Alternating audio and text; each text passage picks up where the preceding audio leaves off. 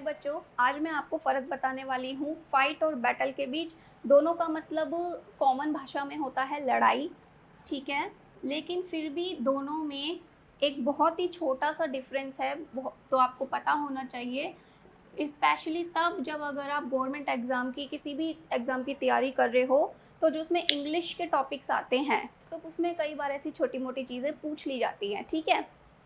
या फिर अगर आप कॉलेज या स्कूल स्टूडेंट भी हो तो भी आपको इतना माइनर डिफरेंस तो पता होना चाहिए। तो फाइट मतलब लड़ाई झगड़ा, बैटल मतलब भी लड़ाई झगड़ा। तो डिफरेंस क्या है? देखो, फाइट होता है सिर्फ लड़ना, ठीक है, सिर्फ लड़ना या झगड़ना। ये बहुत ही छोटे लोगों, ये बहुत ही स्मॉल ग्रुप ऑफ पीपल के बीच होता है। जैसे अब भाई बहन आपस में लड़ लिए, हस्बैंड वाइफ आपस में लड़ लिए, या एक कॉलोनी दूसरी कॉलोनी से, जैसे मोहल्ले में झगड़े हो जाते हैं उस टाइप से, ठीक है। तो इसका मैं आपको एक एग्जांपल देती हूँ। That pair of sibling are fighting to each other.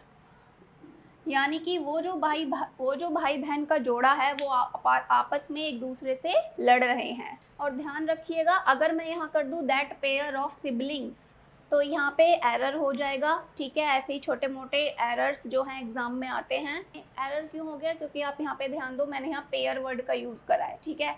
Pair यानी कि आपस में ही जोड़ा हो गया, प्लूरल हो गया। तो अब आपको इसमें एस लगा के प्लूरल करने की ज़रूरत नहीं है, ठीक है। So that pair of sibling are fighting to each other. यानी कि ये वाला जो वर्ड है फाइट, ये हमने किस फॉर्म में यूज करा? क्वारल। क्वारल यानी कि एक्ट ऑफ फाइटिंग,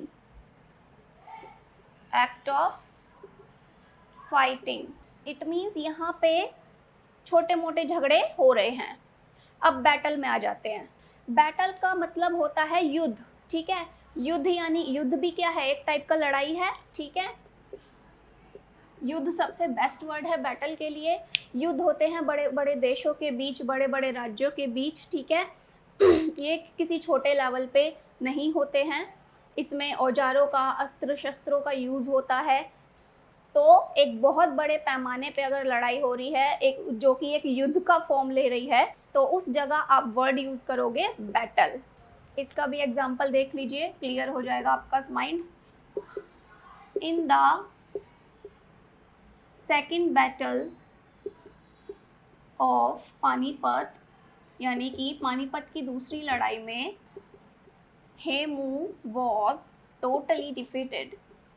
जो हेमू था वो बुरी तरह हार गया, ठीक है बच्चों। तो ये था बहुत ही minor difference between fight and battle, and you should know this if you are aspirant of government exam. तो ऐसे ही बहुत सारे वर्ड्स हैं जिनमें माइनर डिफरेंस होता है।